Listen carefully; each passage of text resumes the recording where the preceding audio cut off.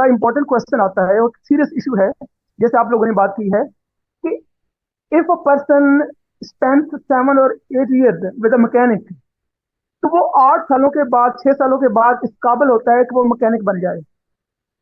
एक अगर कारपेंटर के पास बंदा जा रहा है तो he is suppose to be expert, लेकिन क्या वजह है कि 16 और 18 साल तक जो है 18 year spend in getting education, we spend our valuable life. और एंड पे हमें यही सवाल सवाल मिलता है सुनने को कि जी आपके पास एक्सपीरियंस नहीं है, आपके पास रिक्वायर्ड स्किल नहीं है। तो इसी मौजूद पे हम बात करेंगे कि इसकी रीजन क्या है और इसको कैसे बात की जा सकती है।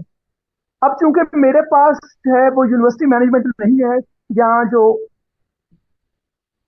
स्टेक होल्डर जैसे गवर्नमेंट के रिप्रेजेंटेटिव हैं वो नहीं है, इसलिए मैं सिर्फ एज ए स्टूडेंट उसकी बात करूंगा, आपको सामने ला के स्टूडेंट के हिसाब से बात करूंगा।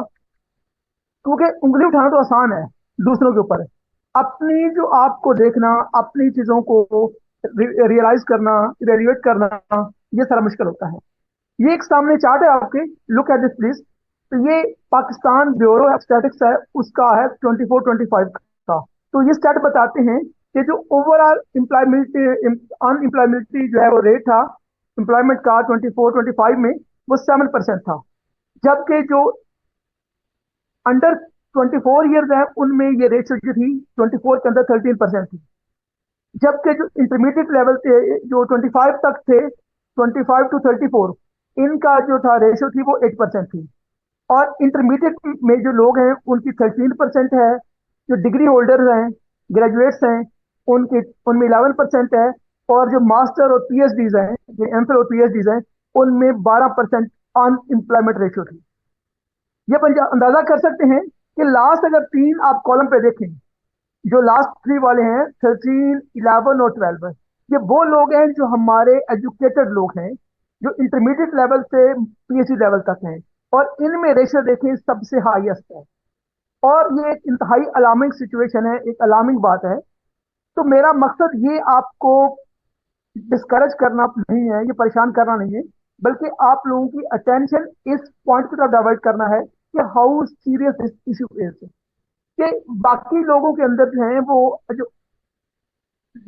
यंग लोग हैं उनमें अनएम्प्लॉयमेंट इतनी नहीं है रेशो, जितनी एम्प्लॉय जो है एजुकेटेड लोगों में है, जितनी एजुकेटेड डिग्री होल्डर लोगों में है। तो ये एक अलार्मिंग सिचुएशन है कि आपने एक जो बंदा इंटरमीडिएट है, उसका मतलब है कि उसने 12 साल कम से कम भी अपने एजुकेशन में गुजारे हैं।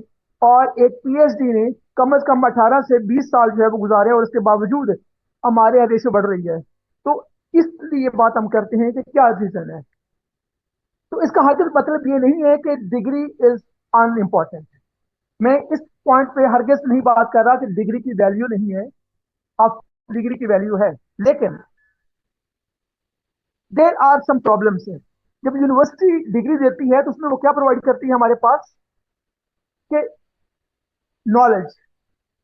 जो आप एजुकेशन में लेते हैं तो नॉलेज मिलते हैं। नॉलेज, अगर आप साइंस पढ़ रहे हैं तो will get knowledge of science. If आप you are studying literature, you will get knowledge of literature. If you are studying computer sciences और business administration, so you will get relative knowledge आपको मिलेगा। उसके बाद इंटेलेक्चुअल डेवलपमेंट है, with the graduation, with the master, with the PhD और passage of time, आपकी जो intellectual development है वो होती है। आप अगर कोई स्टूडेंट मैट्रिक है तो उसका intellectual level would be different than master और पीएचडी। और तीसरा जो अहम काम करती है यूनिवर्सिटी, वो करती है डिसिप्लिन और प्रोफेशनल आइडेंटिटी। यानी आप डॉक्टर हैं, आपने बैचलर ऑफ साइंस किया हुआ है, आप कंप्यूटर इंजीनियर के जो है वो बैचलर हैं, तो आपको एक डिसिप्लिन की आइडेंटिटी मिल जाती है कि आप किस प्रोफेशनल से ताल्लुक हैं, वो आपको मिल जाती है। लेकिन अगर आप एम्प्लॉयर्स की बात करते हैं तो जो लोग हायर करते हैं उनका कुछ एक्सपेक्टेशन डिफरेंट होती है। वो क्या चाहते हैं, वो प्रैक्टिकल कंपिटेंस मांगते हैं। अभी जो बच्ची बात कर रही थी कि प्रैक्टिकल कंपिटेंस क्या है, कि आपके अंदर कैपेबिलिटी कहाँ तक है किसी चीज को काम करने की। प्रैक्टिकली आप अपने नॉलेज को अप्लाई कर सकते हैं। आपकी कम्युनिकेशन स्किल्स कितनी है, हाउ स्ट्रांग यू आर, इसमें हम आगे डिटेल में बात करेंगे। डिजिटल लिटरेसी, आपको डिजिटल लिटरेट है कि नहीं है, आपको लेटेस्ट ट्रेंड्स के बारे में नॉलेज कहाँ तक है, आपके अंदर किसी भी प्रॉब्लम को सॉल्व करने की कैपेबिलिटी कहाँ तक है, can you handle this one, आपका बिहेवियर कैसा है, आपका एक्सपीरियंस क्या है, आपकी एडेप्टेबिलिटी क्या है कि ये आप किसी सिचुएशन के अंदर, किसी इदारे के अंदर, किसी हालात के अंदर अपने आप को एडजस्ट किस तरह कर पाते हैं to create measurable value. और जो एम्प्लॉयर है वो ये भी देखता है कि जब उसके इदारे में आप शामिल होंगे तो व्हाट विल यू कंट्रीब्यूट, आपकी कंट्रीब्यूशन में इदारे को क्या फायदा होगा, क्या आप मेजरेबल अंदाज में, क्या आप उसको टेंजिबल अंदाज में बता सकते हैं कि आपके आने से इदारे में क्या फर्क पड़ा है। तो ये एक्सपेक्टेशन हैं जो एम्प्लॉयज की होती हैं। तो कोई भी जो एम्प्लॉयर है वो इन चीजों को एक्सपेक्ट करता है, जबकि डिग्री जो है हमने देखा कि डिग्री हमें अलग अलग चीजें देती है।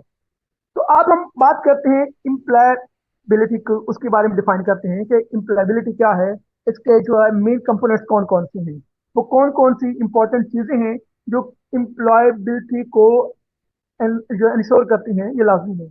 ये चार पिलर्स हैं एम्प्लॉयबिलिटी के, फोर पिलर्स हैं। One is degree, second skills, third experience, fourth evidence.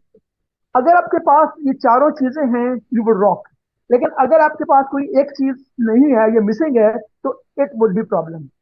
जो अभी हमने बात की थी शुरू में, हमारे कुछ जो पार्टिसिपेंट बात कर रहे थे वो बहुत सही बात कर रहे थे कि वो पूछ रहे थे कि एक्सपीरियंस जो आपके पास क्या है। तो ये चारों चीजें हैं, हम जरा इनको डिफाइन करते हैं कि इन चारों से मुराद क्या है। जब हम डिग्री की बात करते हैं तो ये आपकी एजुकेशन की बात बताते हैं कि आपकी एजुकेशन किस तरह लेवल, आप आर्ट्स एंड ह्यूमैनिटीज के अंदर जो एक्सपर्ट है वो एजुकेशन है, आपके पास कंप्यूटर साइंसेज की है, आपके पास लॉ की है, आपके पास मेडिकल साइंसेज की है, आपके पास किस चीज की किसका नॉलेज है।